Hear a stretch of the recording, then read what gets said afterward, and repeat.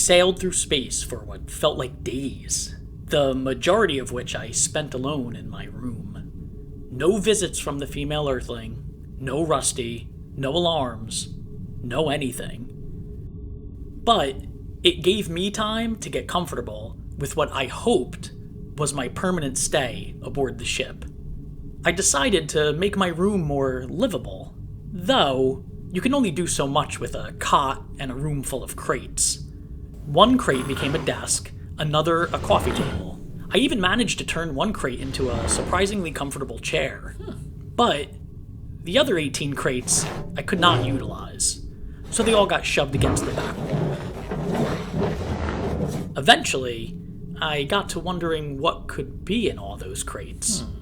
I locked the door, checked it twice, then searched out the smallest crate in the room. Dark brown and covered in thin red straps, the tiny box had a equally tiny latch attached to the top.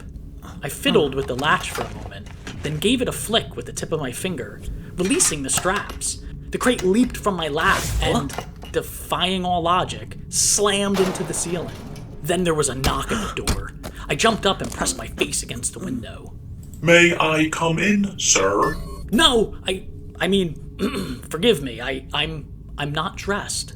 I lied to Rusty, but it was all I could do at the moment. Nudity is not an issue for a robot, sir. Well, it is for me. Is there something you need? My master needs your assistance in the cargo bay. Okay, let me get dressed and I'll be right there. I also have fresh clothes and a towel. Getting dressed. Be there in a minute.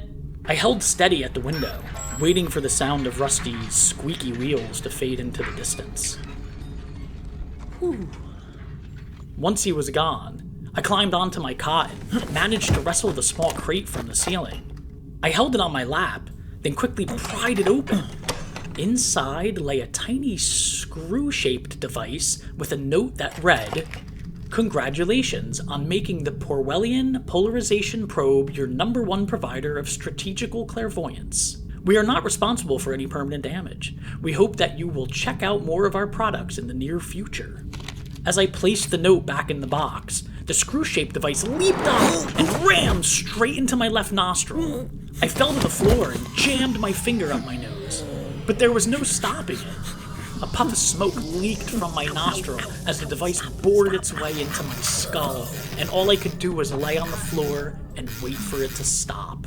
Once the vibration and stench of burning bone dissipated, I climbed back onto my cot and searched the crate for more information. Inside, tucked in a corner, sat another device, a tiny transparent ball, no bigger than my eye. It was weightless and most resembled a tightly packed ball of fog. The female Earthling's voice blared over the intercom. Dean, I need you in cargo. Stat. I sealed the ball of fog back into the crate and scrambled out the door, hoping whatever was inside my head wouldn't kill me.